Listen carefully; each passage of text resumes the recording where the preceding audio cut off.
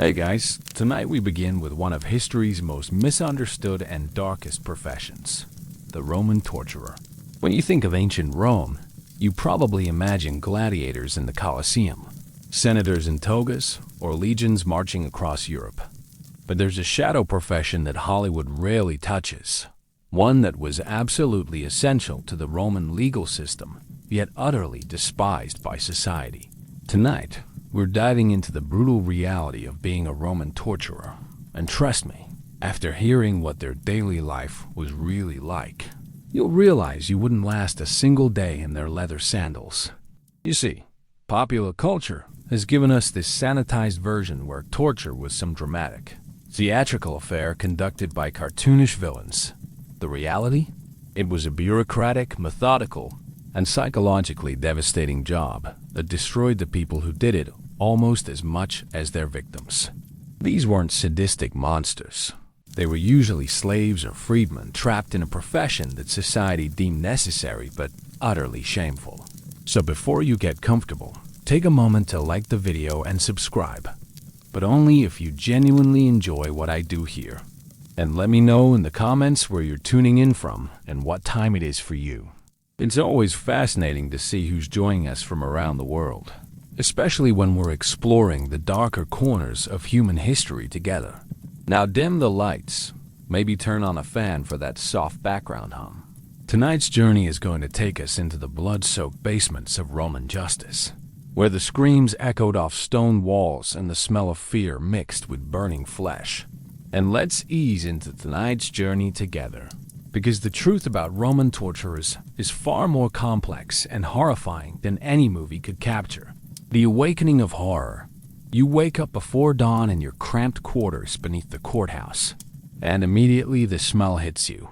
That permanent cocktail of blood, urine, sweat, and something else you can never quite identify, but know comes from human terror. It's embedded in your skin now, no matter how many times you scrub with the coarse soap. Your neighbors moved away months ago. Your family disowned you. Even the prostitutes in the taverns refuse your coin because they say you carry the stench of death. But you didn't choose this life.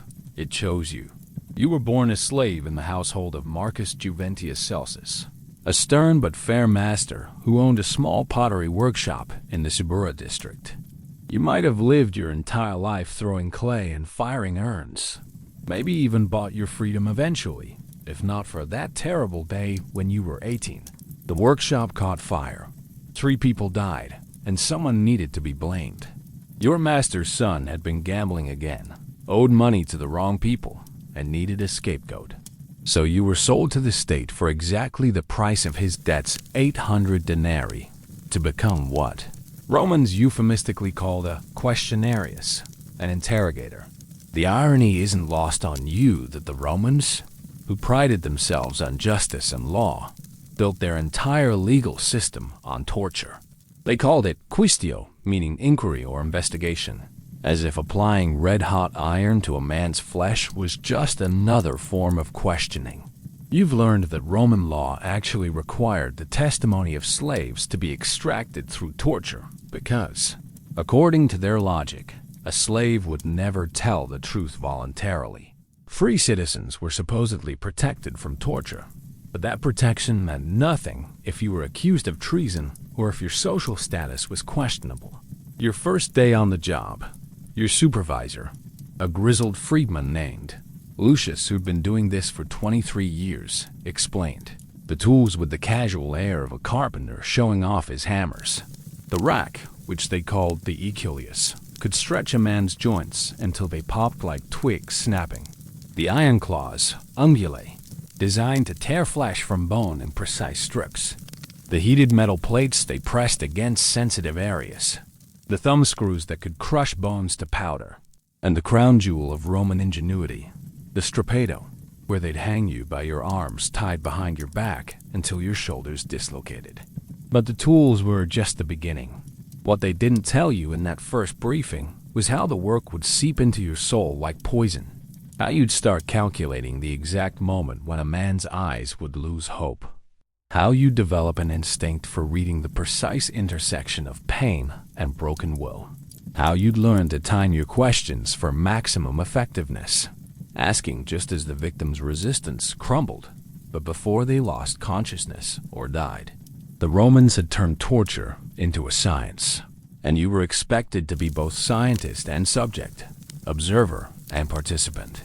They wanted results, confessions, names, locations of hidden treasures, political conspiracies.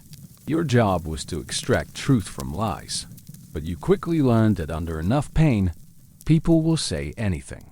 Confess to crimes they never committed, implicate innocent friends, and invent elaborate stories just to make the agony stop. You remember your first subject, a thin Gallic slave accused of stealing jewelry from his mistress. He maintained his innocence for exactly 7 minutes under the heated bronze implements. By the end, he'd confessed not only to the theft but to poisoning 3 previous masters, conducting dark rituals, and planning to murder half of Rome. None of it was true, but the magistrate recorded every word as legal testimony. That man died 3 days later from his wounds, and you realized with growing horror that this was just Tuesday morning's work. The psychological toll began immediately. You started having nightmares where you were the one strapped to the table, where the screams you'd grown accustomed to hearing were your own.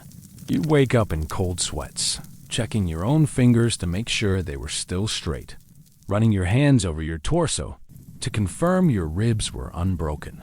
Sleep became elusive, and when it came, it brought visions of the faces you'd broken, the eyes that had pleaded with you to stop, the voices that had called out to gods who never answered. But perhaps the worst part was the realization that you were becoming good at it. You developed techniques, shortcuts, ways to read a person's weakness and exploit it with surgical precision. You learned that threatening someone's family was often more effective than physical pain. You discovered that the anticipation of torture could break a person faster than the torture itself. You found yourself taking pride in a clean confession, extracted with minimal permanent damage, as if efficiency in inflicting suffering was somehow noble. The architecture of agony.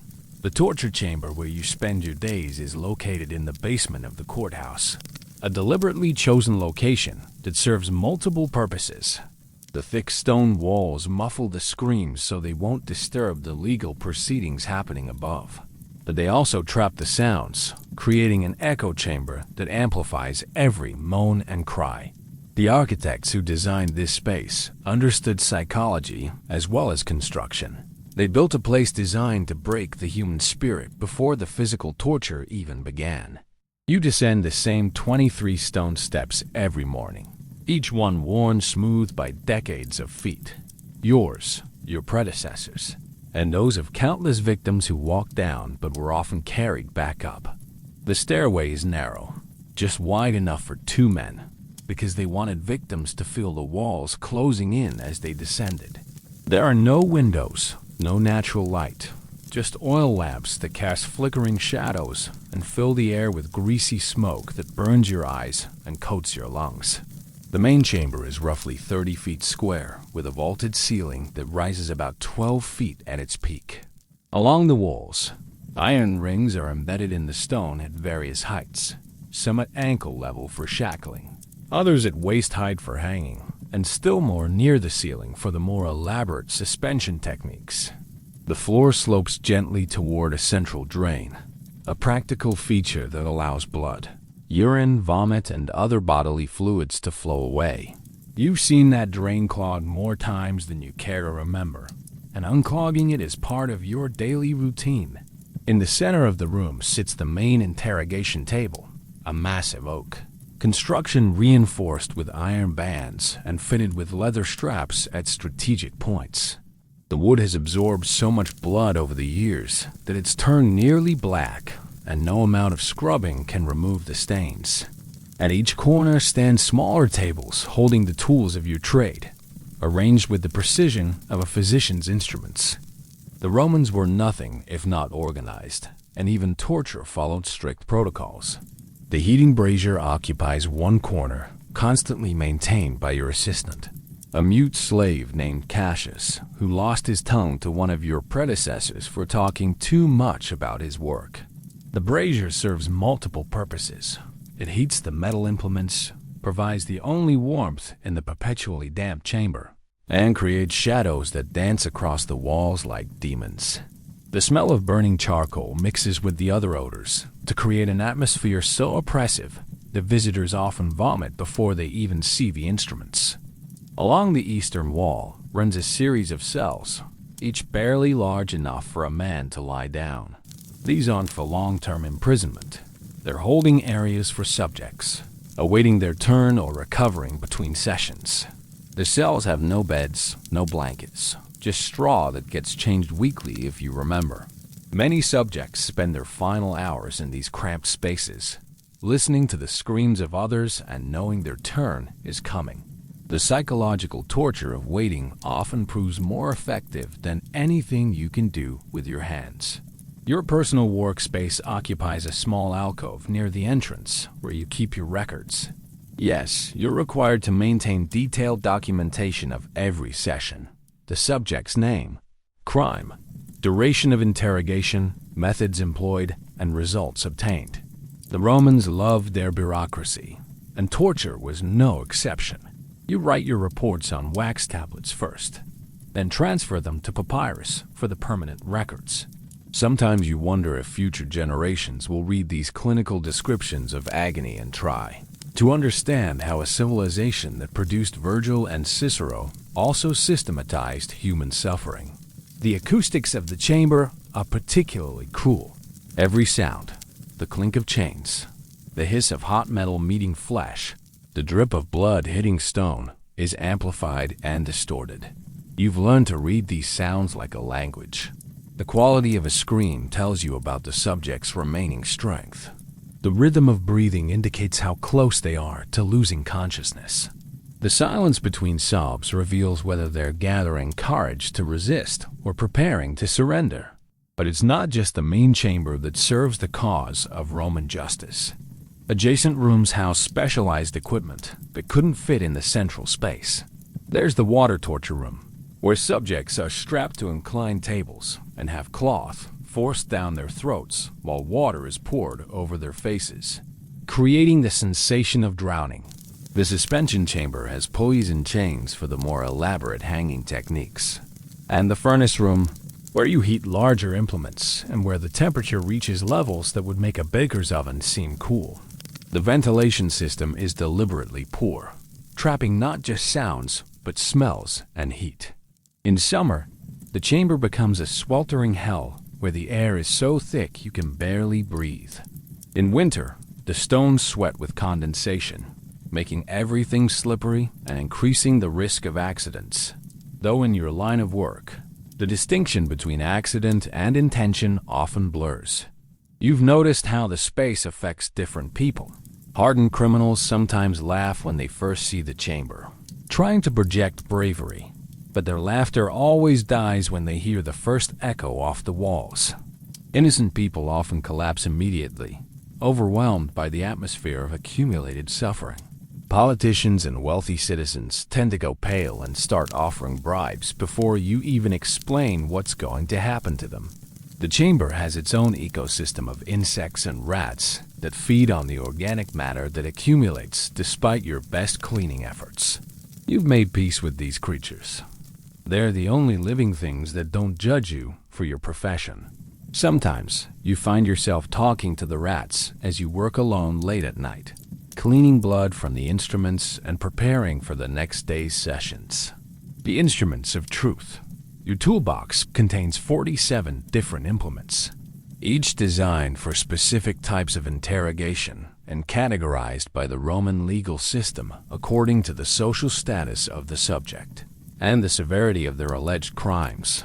You know each tool intimately, its weight, its balance, the exact amount of pressure required to break skin versus bone, the optimal temperature for maximum effect. This knowledge sickens you, but it's also what keeps you alive, because incompetence in your profession means joining the subjects on the table. The rack dominates the center of your collection, a deceptively simple device that the Romans perfected beyond anything their predecessors imagined. Unlike the crude stretching devices used by other civilizations, The Roman Aculeus features precise gearing that allows you to apply pressure in measured increments. You turn the wooden wheel in small clicks, each one corresponding to approximately 1 inch of extension. The genius of the design lies in its gradualism. Subjects can feel their joints separating slowly, giving them time to contemplate surrender while still maintaining hope that they might escape permanent damage. You've learned that the psychological impact of the rack often exceeds its physical effects. The mere sight of the device, with its leather straps and ominous wooden frame, causes many subjects to confess before you even begin the binding process. But for those who resist, the rack provides a symphony of sensations. The gradual tightening of restraints, the slow separation of joints, the popping sounds as cartilage gives way, and finally the excruciating realization that their body is being permanently altered with each turn of the wheel. The heated implements occupy their own special section, arranged in order of temperature requirements and application techniques. The simplest are the iron rods, which you heat to a dull red glow and apply to various parts of the body. The Romans discovered that different temperatures produce different results. Merely warm metal creates anticipatory fear. Moderately heated iron causes intense pain without permanent scarring, while red-hot implements leave marks that serve as permanent reminders of Roman justice. More sophisticated are the shaped instruments. Curved pieces that fit perfectly around fingers and toes, flat plates designed to cover maximum skin area, and pointed tools for precision work on sensitive areas. Your favorite, though you hate yourself for having preferences, is a bronze instrument shaped like a small spoon that retains heat longer than iron and creates burns with distinctly curved edges. The Romans, ever practical, discovered that distinctive marking patterns help identify which torturer extracted which confession, useful for legal proceedings where the credibility of the interrogation might be questioned. The crushing devices represent Roman engineering at its most coldly efficient. Thumbscrews might seem simple, but the Roman versions feature calibrated pressure plates that can be adjusted to crush bones gradually or quickly, depending on the desired effect. You've learned to read the sound a bone makes just before it breaks, a subtle creaking that gives you perhaps 2 seconds to decide whether to continue or relent. The larger bone-crushing devices work on the same principle, but can accommodate entire limbs, feet, or hands. Water torture requires its own specialized equipment, and the Romans developed techniques that go far beyond simple drowning. The funnel and cloth method forces water down the subject's throat while simultaneously blocking their ability to breathe normally, creating the sensation of drowning while keeping them conscious. More sophisticated is the apparatus that allows you to control water pressure and temperature, alternating between scalding and freezing water to create thermal shock while maintaining the drowning sensation. Cutting implements occupy an entire section of your workspace, arranged with surgical precision. These aren't crude knives, but specialized tools designed for specific anatomical purposes. Some are thin and sharp for precision cuts that cause maximum pain with minimal blood loss. Others are serrated for creating ragged wounds that heal poorly and serve as permanent reminders. The curved blades are designed to follow the natural contours of the human body, allowing you to remove skin in long, continuous strips if the interrogation requires such measures. Perhaps the most psychologically effective tools are those designed for sensory manipulation. The Romans understood that torture isn't just about pain. It's about breaking the subject's connection to reality and hope. Devices that restrict vision, hearing, or speech can be more effective than any physical torment. A simple leather hood that blocks sight and muffles sound can reduce a strong person to helpless panic within minutes, while instruments that prevent speech force subjects to communicate only through nodding or shaking their head, reducing them to the level of animals. The suspension equipment represents the most complex mechanical torture devices in your arsenal. Pulleys, chains, weights, and counterbalances allow you to position subjects in positions that seem impossible to maintain, creating stress on joints and muscles that build slowly but inevitably. The strappado, where subjects are hung by their arms tied behind their backs, can dislocate shoulders within minutes. But the Roman refinement allows you to control the speed and intensity of the damage while maintaining the subject's consciousness.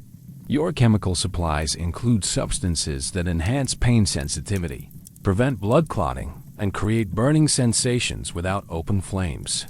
Salt, vinegar, and various acids can transform minor cuts into sources of extraordinary agony. The Romans also discovered plant extracts that keep subjects conscious even under extreme duress, preventing them from escaping into unconsciousness or death before providing the required information. But perhaps the most insidious tools are those designed to leave no visible marks. Techniques for applying pressure to nerve clusters, methods for causing internal damage without external signs, and ways to create excruciating pain that fades quickly enough to avoid detection by later medical examination. These tools serve the Roman legal system's need for deniability. Subjects can be tortured extensively, but appear unmarked when presented in court. The social outcast in the rigid hierarchy of Roman society, you occupy a position so low it barely exists on the social scale, yet paradoxically essential to the functioning of justice that you wield power over senators, merchants, and even occasional members of the patrician class. This contradiction defines every aspect of your existence, creating a life of isolation so complete that you sometimes go days without speaking to another human being who isn't either screaming or giving you orders. Your legal status as a public slave means you own nothing, not even the clothes on your back. Yet you control information that could topple governments and destroy the most powerful families in Rome. Senators, who wouldn't acknowledge your existence on the street, send secret messages, asking about confessions you've extracted from their political enemies. Wealthy merchants who cross the street to avoid your path desperately want to know what their competitors revealed under interrogation about trade secrets and hidden assets. The social isolation began the day you started your training and has only deepened with each passing year. Roman society functions on complex networks of relationships, patronage, and mutual obligation, but you exist outside these networks entirely.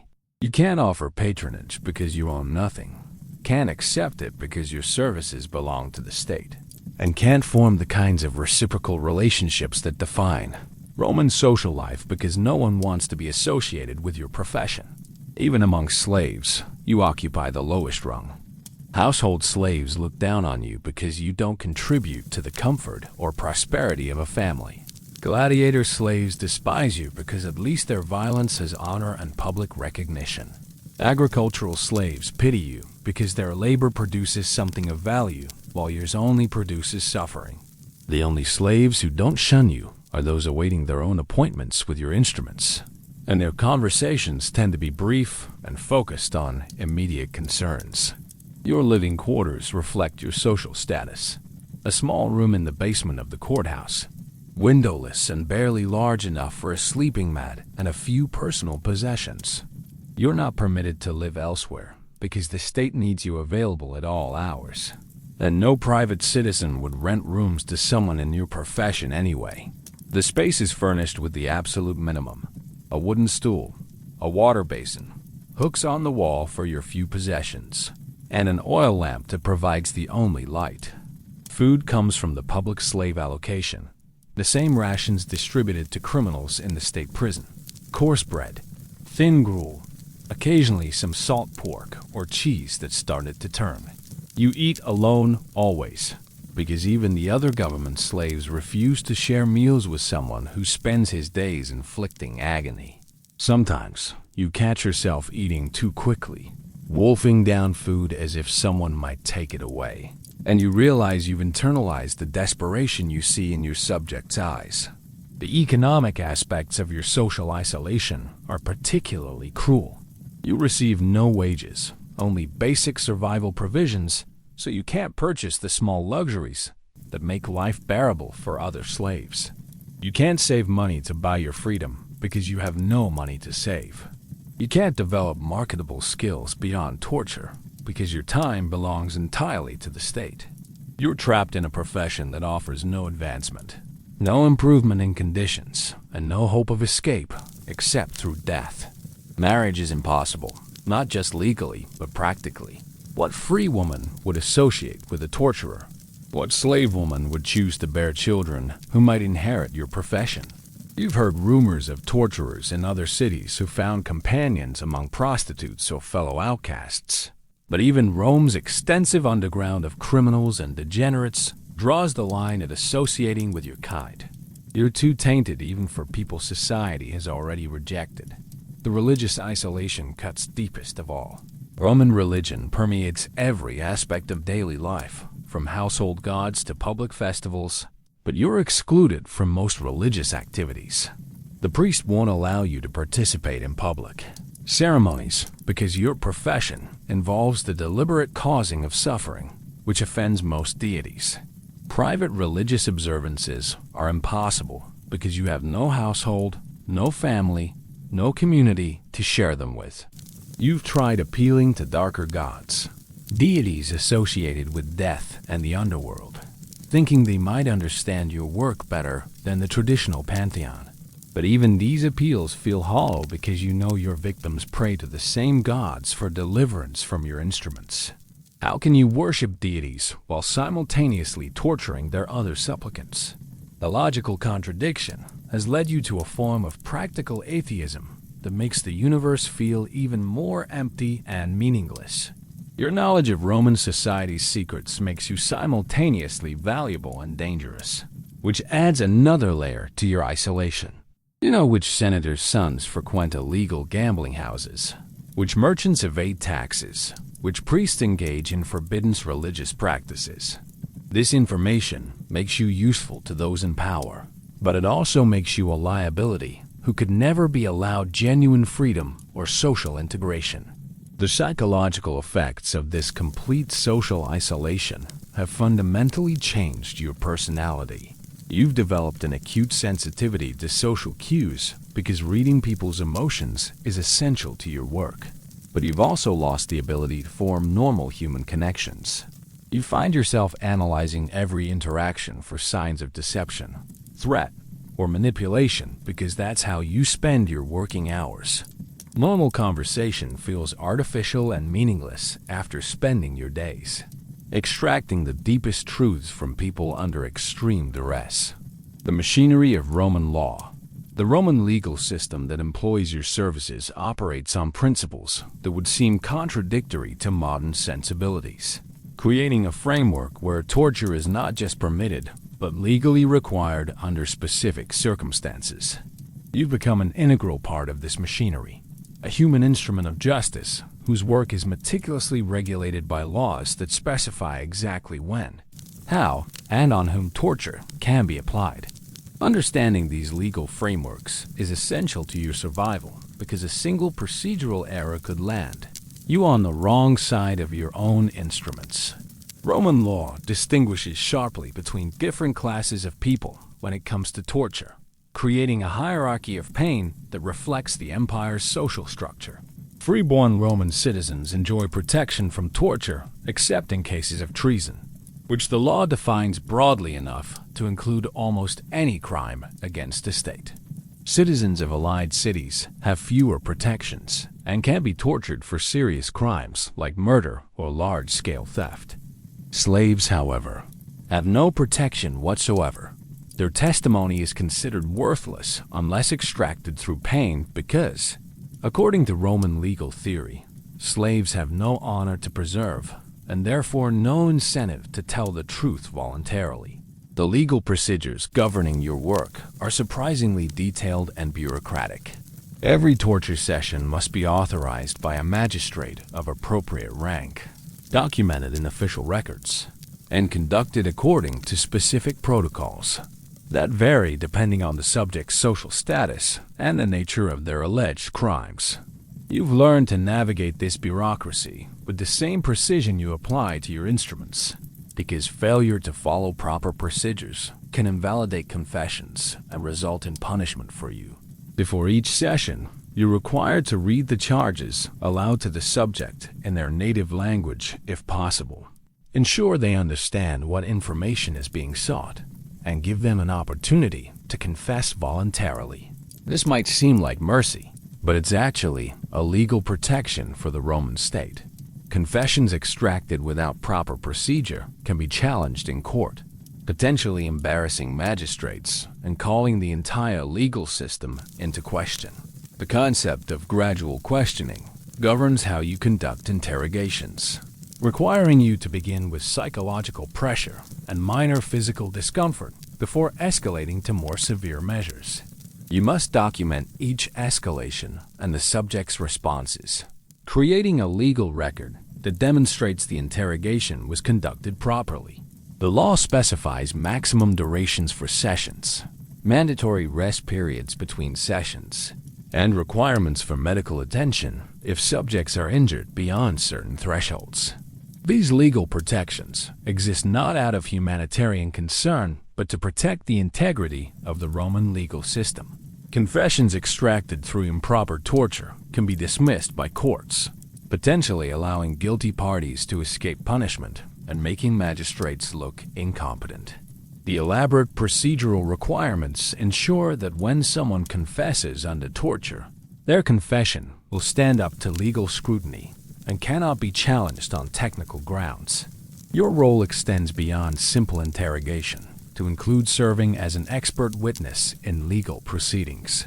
When torture produces confessions, you're often called to testify about the methods used, the subject's demeanor during questioning, and your professional assessment of the confession's reliability.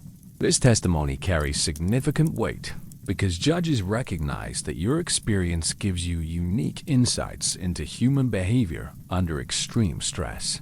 The legal system also requires you to assess the credibility of confessions, distinguishing between statements made to stop pain and those that appear to contain genuine information.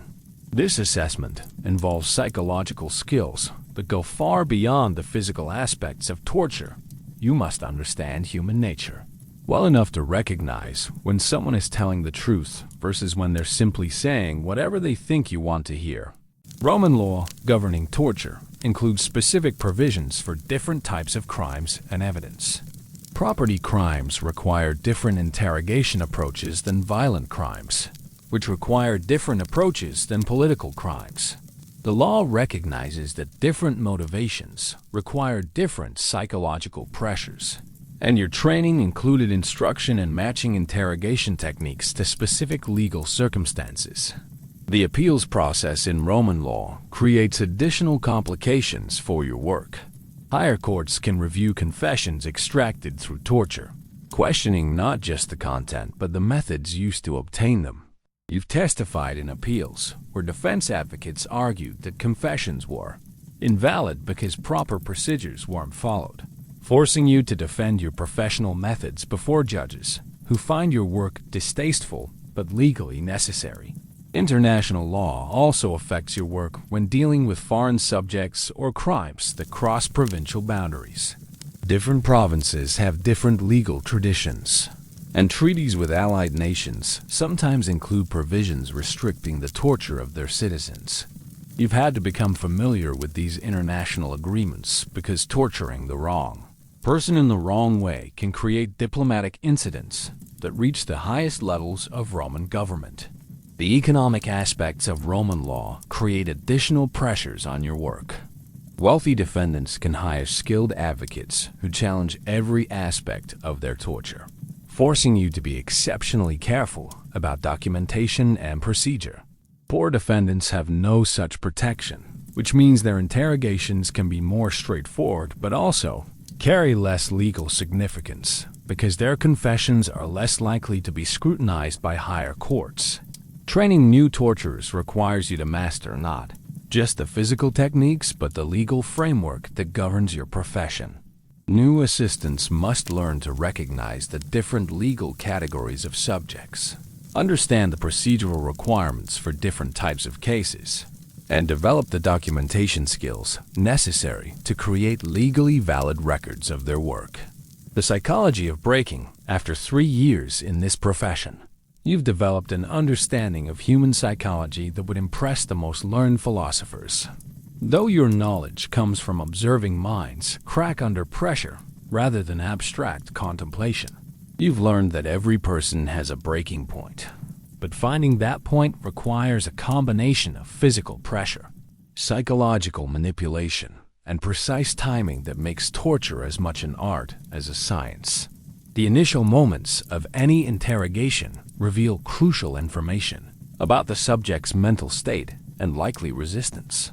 You've learned to read micro-expressions, body language, and vocal patterns that indicate fear levels, determination, and potential psychological vulnerabilities. Some subjects arrive already broken by anticipation, their minds shattered by days or weeks of waiting in cramped cells while listening to others' screams. Others display false bravado that crumbles the moment they see your instruments, while a rare few maintain genuine composure that warns you of a difficult session ahead. Physical pain, you've discovered, is often less effective than psychological pressure in extracting confessions. The human mind has remarkable capacity to endure bodily suffering when motivated by honor, loyalty, or simple stubbornness, but is far more vulnerable to attacks on identity, relationships, and hope. Threatening someone's family members often produces faster results than hours of physical torture, while destroying a person's sense of dignity or social position can break resistance that physical agony cannot touch. The progression from resistance to surrender follows predictable patterns that you've learned to recognize and exploit. Initial defiance gives way to bargaining attempts, where subjects try to negotiate partial confessions in exchange for reduced punishment. This phase typically lasts between 30 minutes and 2 hours, depending on the subject's social class and the severity of their alleged crimes. Wealthy citizens and political figures often spend considerable time in this phase, believing their connections or resources might still save them. When bargaining fails, subjects enter what you've come to think of as the rationalization phase, where they attempt to justify continued resistance through appeals to duty, honor, or religious conviction. This phase is dangerous because subjects can actually strengthen their resolve by focusing on external motivations, potentially extending interrogations for hours or even days. You've learned to disrupt these rationalizations by attacking the credibility of whatever the subject is using to justify their resistance. The actual breaking point manifests differently in different people, but always involves a fundamental shift in how the subject perceives their situation. Some experience it as a sudden collapse, going from determined resistance to complete surrender in a matter of seconds. Others undergo a gradual erosion of will that can be difficult to detect until they begin providing information voluntarily. The most dangerous subjects are those who appear to break but maintain hidden reserves of resistance, feeding you false information while appearing completely cooperative. Your ability to distinguish between genuine surrender and tactical deception has become one of your most valuable skills. True breaking involves physiological changes, altered breathing patterns, muscle relaxation, changes in vocal tone and eye contact that are difficult to fake convincingly. Subjects who are genuinely broken often experience a form of psychological relief, grateful that the terrible uncertainty is over, even though they know confession may lead to execution. The aftermath of breaking presents its own psychological challenges for subjects. Many experience intense shame and self-hatred for surrendering, leading to emotional volatility that can complicate the information-gathering process. Some become completely passive, answering questions in monotone voices while staring at nothing. Others become almost manic in their eagerness to cooperate, volunteering information beyond what you've requested in a desperate attempt to demonstrate their submission.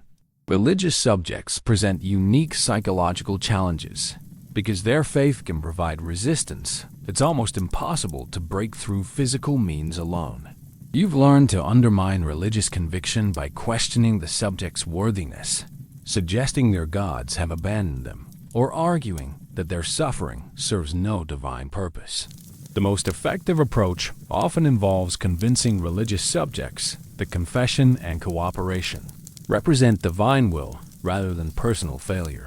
Women and men respond differently to psychological pressure, requiring different approaches and techniques. Women are often more responsive to threats against family members and social reputation, while men typically respond more strongly to challenges to their courage or competence.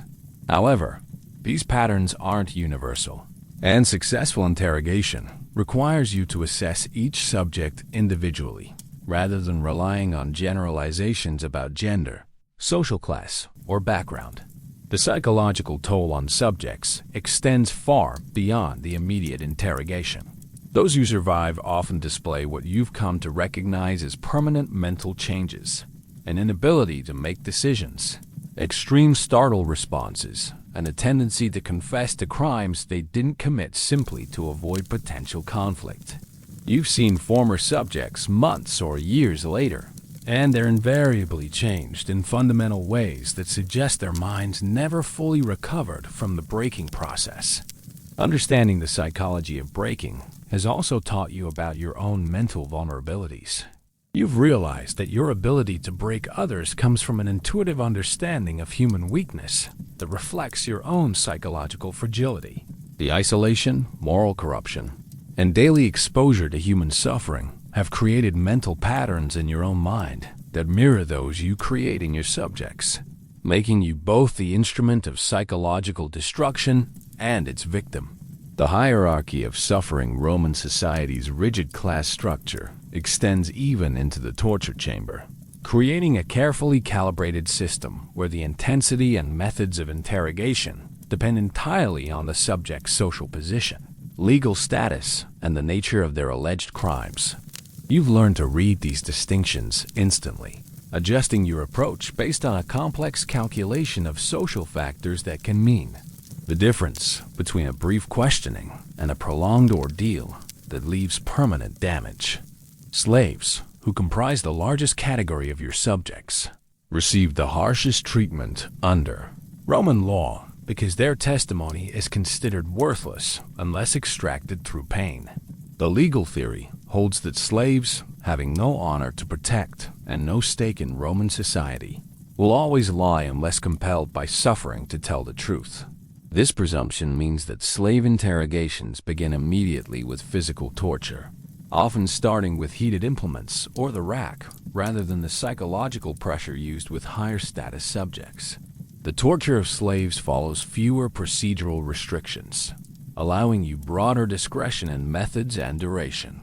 A slave suspected of theft might endure hours of interrogation with multiple instruments, while a slave accused of planning rebellion could face days of systematic torture, designed to extract not just confession but detailed information about conspirators, meeting places, and planned activities. The law places no limits on the severity of torture applied to slaves, meaning their sessions often continue until they die, confess, or convince you they have no useful information to provide. Freedmen occupy an intermediate position in this hierarchy of suffering, having gained legal recognition as persons, but lacking the full protections accorded to freeborn citizens. Your approach to freedmen requires more careful documentation and slightly greater restraint in methods. They can still be subjected to extensive torture for crimes that would require only questioning for higher status individuals. Many freedmen attempt to invoke protection they don't actually possess, claiming citizen status or appealing to former masters for intervention that rarely comes. Foreign subjects present unique challenges because their treatment depends on complex diplomatic considerations you're expected to understand and navigate. Citizens of allied cities enjoy some protections under various treaties, requiring you to modify your techniques and document your procedures more carefully. Subjects from enemy territories can be treated with the same severity as slaves, but those from neutral regions require diplomatic delicacy that can frustrate magistrates seeking quick results.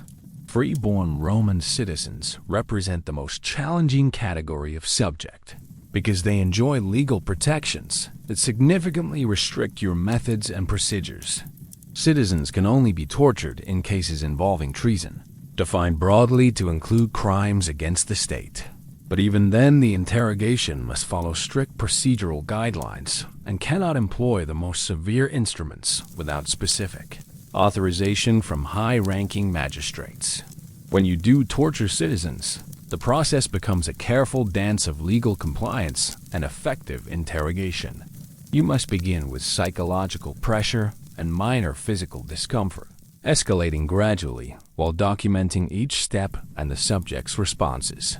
The goal is to achieve the necessary results while maintaining legal defensibility, because citizen torture cases are frequently reviewed by higher courts and can result in serious consequences if procedures aren't followed precisely. Wealthy citizens present additional complications because they often have influential friends who monitor their treatment and powerful advocates who challenge every aspect of their interrogation. You've learned to be exceptionally careful with such subjects, knowing that any procedural error or excessive force could result in political consequences that reach the highest levels of Roman government. Some wealthy subjects attempt to bribe you directly, offering sums that would transform your life if you could accept them. But doing so would mean certain death if discovered. Women of all social classes require modified approaches because Roman law recognizes their supposed physical weakness while simultaneously viewing them as inherently deceptive. The torture of freeborn women is particularly restricted, often limited to psychological pressure and minor physical discomfort unless the charges involve treason or crimes against the family structure. Slave women receive no such protection, but their interrogations often focus on extracting information about their master's activities rather than their own crimes. Children present the most complex legal and practical challenges because Roman law provides some protections for minors while recognizing that child slaves can be important sources of information about household activities. The torture of freeborn children is extremely rare and heavily regulated, while slave children can be subjected to modified techniques designed to extract information without causing permanent damage that would reduce their economic value. Political prisoners occupy a special category that requires exceptional care because their cases often involve high-ranking officials and can have implications for the stability of the government. The torture of political prisoners must be authorized at the highest levels and conducted according to procedures that ensure the information extracted will be credible in legal proceedings. These cases often involve multiple sessions spread over weeks or months, requiring you to maintain detailed records and coordinate with various officials. Religious prisoners present unique challenges because their cases often involve interpretation of laws governing religious practices and can have implications for Rome's relationship with various cults and foreign religions. The torture of religious figures must balance the need for information against the risk of creating martyrs who inspire further resistance or rebellion. Military prisoners, particularly those suspected of mutiny or desertion, fall under military law rather than civilian jurisdiction, requiring you to coordinate with military officials and follow procedures that differ significantly from civilian cases.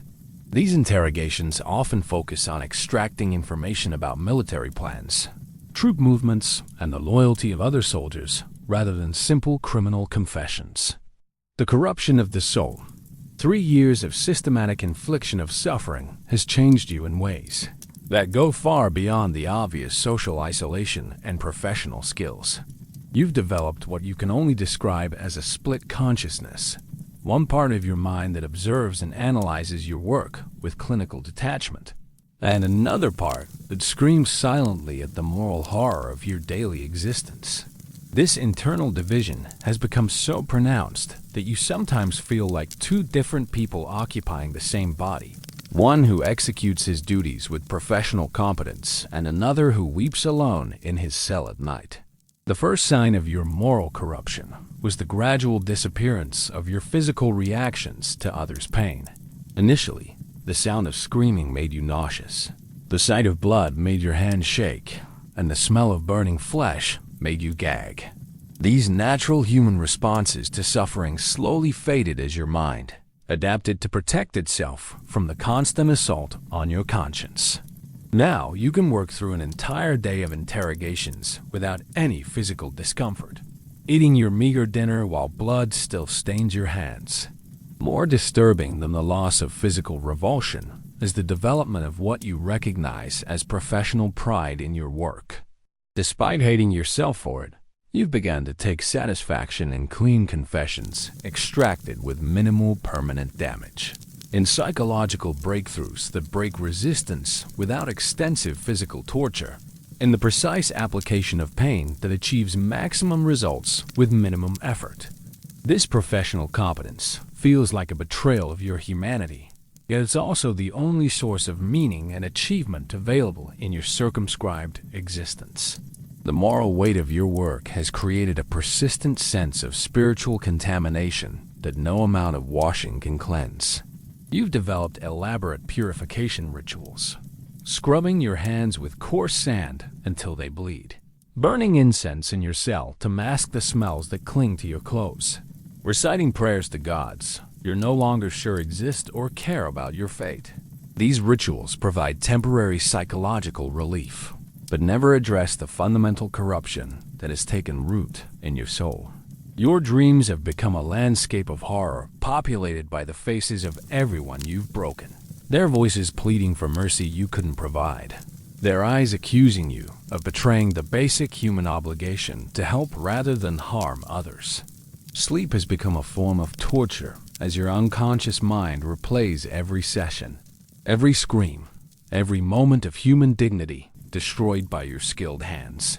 You've tried staying awake for days at a time, but exhaustion eventually forces you into sleep that brings no rest. The corruption extends to your fundamental understanding of human nature and social relationships, your professional ability to read people's vulnerabilities and exploit their psychological weaknesses has poisoned your capacity for normal social interaction. Every conversation becomes an assessment of the other person's potential breaking points. Every relationship an analysis of power dynamics and manipulation opportunities. You've lost the ability to trust others because you know too well how easily trust can be weaponized against the trusting. Perhaps most disturbing is the way your work has affected your concept of truth itself. You've extracted so many false confessions from people desperate to stop their pain that you've begun to doubt whether objective truth exists at all. When someone confesses under torture, are they revealing hidden reality or simply saying whatever they believe will end their suffering? The distinction has become meaningless in your daily work, but it has also undermined your ability to believe in anything with certainty. Your relationship with power has become deeply ambiguous and troubling. On one hand, you wield extraordinary power over subjects, regardless of their social status, able to reduce senators to begging slaves within hours. On the other hand, you're completely powerless within the social and legal systems that employ your services, a human tool that can be discarded or destroyed at any moment without consequence. This simultaneous experience of ultimate power and complete powerlessness has created a form of psychological whiplash that leaves you constantly uncertain about your position in any situation. The isolation imposed by your profession has forced you to develop an internal dialogue that sometimes feels like madness. You spend hours each day talking to yourself, arguing with imaginary critics, rehearsing conversations that will never happen, and creating elaborate fantasy scenarios where you escape your profession and live a normal life. These internal conversations have become so elaborate and consuming that you sometimes find it difficult to distinguish between your internal monologue and external reality. Your sense of time has become distorted by the repetitive nature of your work and the absence of normal social rhythms. Days blend together in an endless succession of interrogations, documentation, and solitary confinement in your cell. You've lost track of holidays, seasons, and even years, existing in a perpetual present where the only meaningful distinctions are between subjects who break quickly and those who require extended persuasion. The moral corruption has also affected your relationship with your own body, which has become both the instrument of others' suffering and the container for your own psychological torment. You've developed a disconnected relationship with your physical self, viewing your hands as tools rather than parts of your person, your voice as a weapon rather than a means of communication.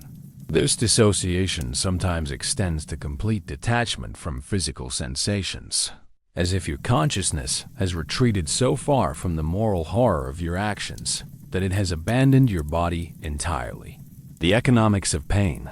The financial machinery that supports your profession operates according to economic principles that would fascinate scholars if they could bring themselves to study something so morally repugnant. Every aspect of your work has been assigned monetary value by Roman bureaucrats who treat human suffering as just another commodity to be measured, priced, and allocated according to market forces and administrative efficiency. Your own economic value to the Roman state is calculated with the same precision, applied to military equipment or public buildings. The initial purchase price of 800 denarii that bought you from your former master represents just the beginning of the state's investment in your services. Training costs, equipment expenses, housing, food, and the salaries of supervisors and administrators all contribute to a total cost that the state must recover through the effective functioning of the legal system. The economics of torture equipment reveal the substantial capital investment required to maintain a professional interrogation facility. The main rack cost the state 150 denarii to construct, requiring skilled carpentry and metalwork that took 3 artisans 6 days to complete. The collection of heated implements represents another 200 denarii in specialized metalworking, while the pulleys and chains for suspension torture cost 75 denarii. Your complete toolkit, accumulated over decades of use, represents an investment of over 600 denarii, not including maintenance and replacement costs. Operational expenses add another layer of economic complexity to your profession. The oil for lamps consumes about 20 denarii per month, while the charcoal for heating braziers costs another 15 denarii. Medical supplies for treating subjects who must survive their interrogations add 10 denarii monthly, and the wages for your assistant and the various clerks who document your work total 60 denarii per month. The total operational cost of your facility approaches 100 denarii monthly, requiring significant volume to justify the expense. The fee structure for your services varies according to the social status of subjects and the complexity of their cases. Standard slave interrogations generate 5 denarii for the state treasury, while freedmen cases produce 10 denarii and citizen cases command 25 denarii.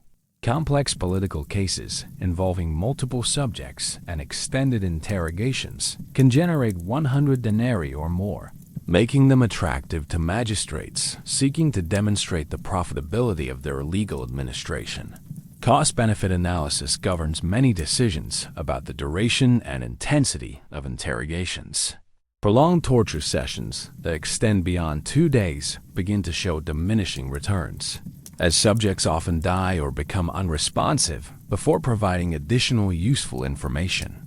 The economic model assumes that most subjects will break within the first day, making extended sessions economically inefficient unless they involve high-value political or military intelligence. The documentation requirements of your profession generate their own economic costs and benefits. Every session must be recorded on papyrus that costs 2 denarii per sheet, with complex cases requiring multiple sheets and copies for various officials. However, these records serve as legal protection for the state and can be valuable evidence in subsequent trials, potentially recovering costs through successful prosecutions and property confiscations. Insurance and liability considerations add another economic dimension to your work. The state bears financial responsibility for subjects who die during legally authorized torture, potentially owing compensation to masters who lose valuable slaves or to families who lose breadwinners. These liabilities are calculated into the overall cost structure, with fatal interrogations requiring additional documentation and review. That can cost 50 denarii or more in administrative expenses. The market for your specialized knowledge has created unofficial economic opportunities that you must navigate carefully.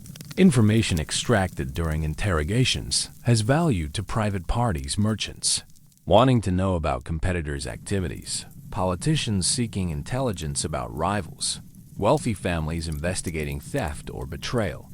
However, selling such information would constitute treason and result in your own appointment with the instruments you know so intimately. Training costs represent significant long-term economic planning for the Roman legal system. Producing a competent torturer requires approximately 2 years of training and supervised practice, during which the trainee provides little economic value while consuming resources for instruction, equipment, and the time of experienced practitioners. The state's investment in your training totaled approximately 400 denarii, which must be recovered through years of productive service.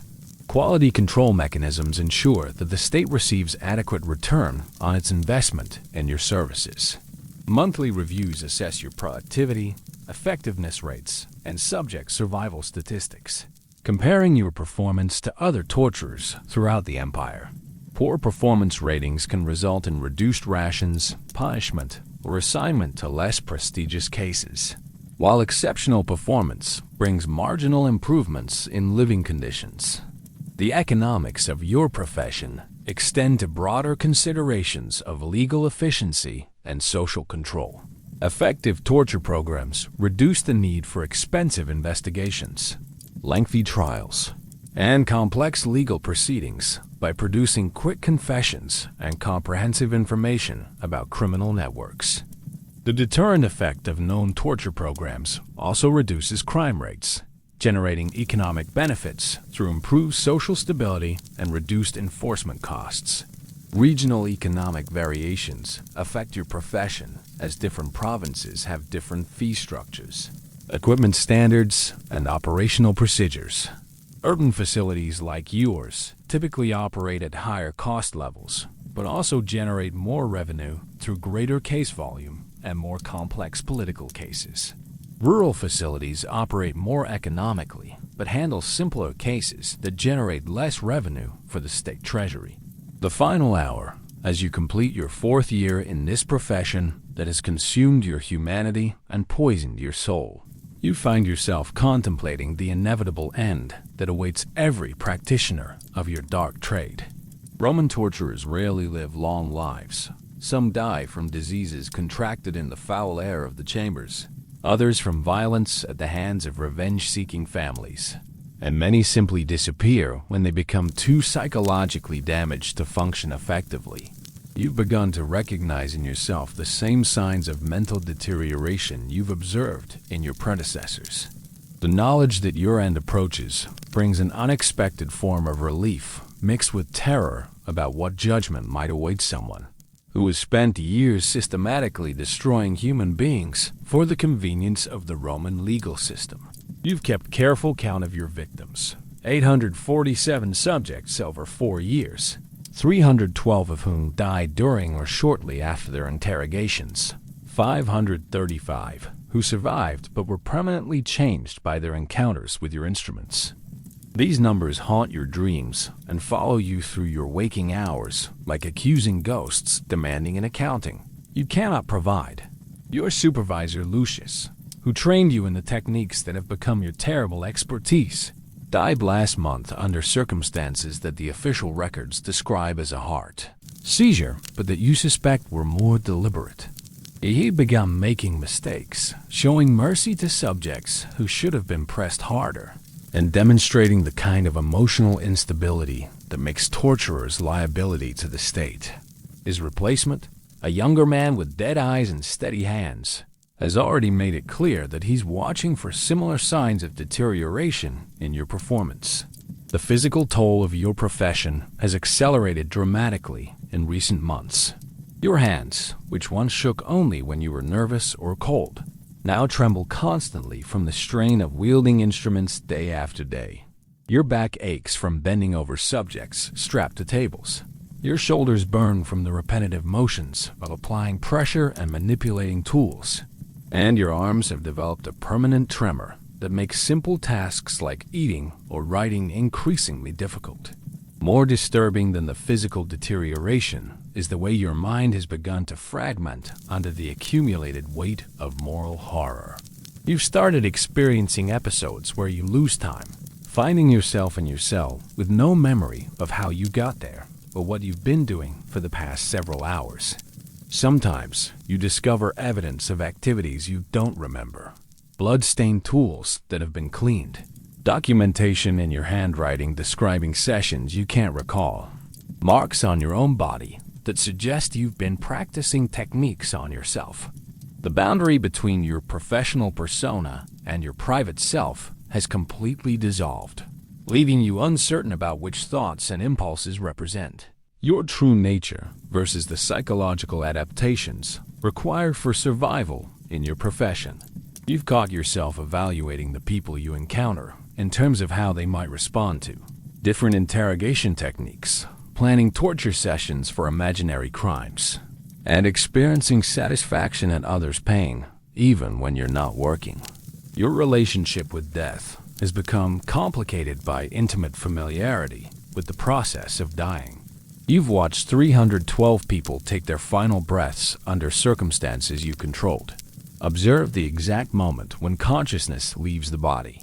Learn to recognize the subtle signs that indicate when someone has passed the point of no return. This knowledge has made death seem simultaneously mundane and terrifying. Mundane because you've seen it so often. Terrifying because you know exactly what your own death might involve. The isolation that has defined your entire professional existence has reached levels that feel like a form of living death. Days pass without meaningful human contact beyond the screams of subjects and the orders of supervisors.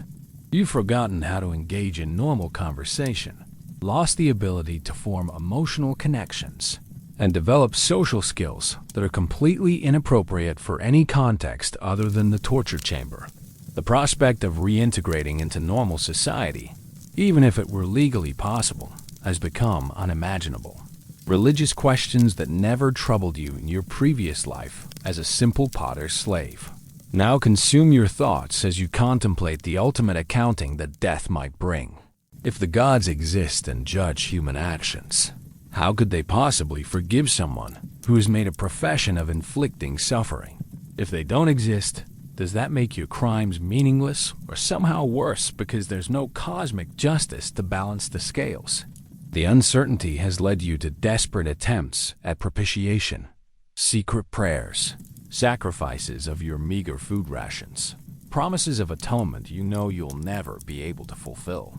The systematic documentation of your work has created a detailed record of human suffering that will outlive you and serve as evidence of your crimes for future generations. Every confession you've extracted, every technique you've employed, every subject you've broken has been recorded in clinical language that reduces human agony to bureaucratic data. These records represent the only legacy you'll leave behind, a catalog of professionally administered pain that demonstrates your competence at the one skill you've been allowed to develop. Yet even as you recognize the approach of your own end, you continue to function with the mechanical efficiency that has kept you alive this long.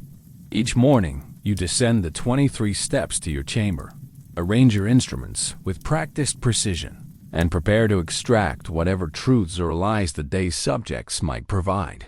The work continues because the alternative, rebellion, refusal, or simple breakdown would only result in your immediate replacement by someone possibly less skilled and certainly less experienced in minimizing unnecessary suffering.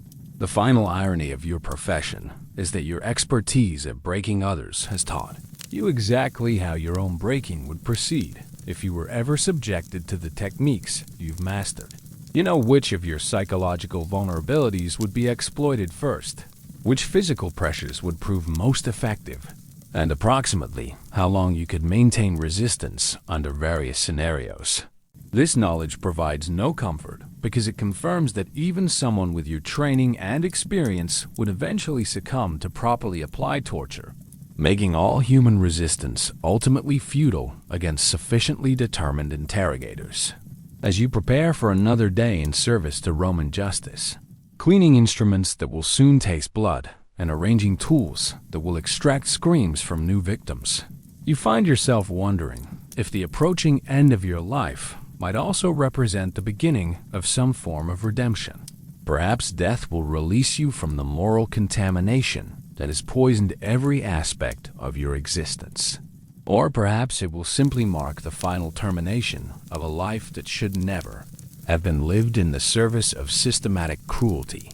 The uncertainty no longer troubles you as much as it once did, because any end seems preferable to the indefinite continuation of a profession that has made you something less than human while serving a system of justice that requires inhumanity to function. The sun rises over Rome. Citizens begin their daily activities. And somewhere in the city, new crimes are being committed that will eventually require your professional attention. You take a deep breath of the stale air in your underground chamber, pick up the first instrument from your carefully arranged collection, and prepare to do what the Roman legal system has trained you to do with such terrible efficiency. The work continues, as it always has and always will, because someone must serve as the instrument of official suffering in a civilization that has made torture a bureaucratic function rather than a personal choice.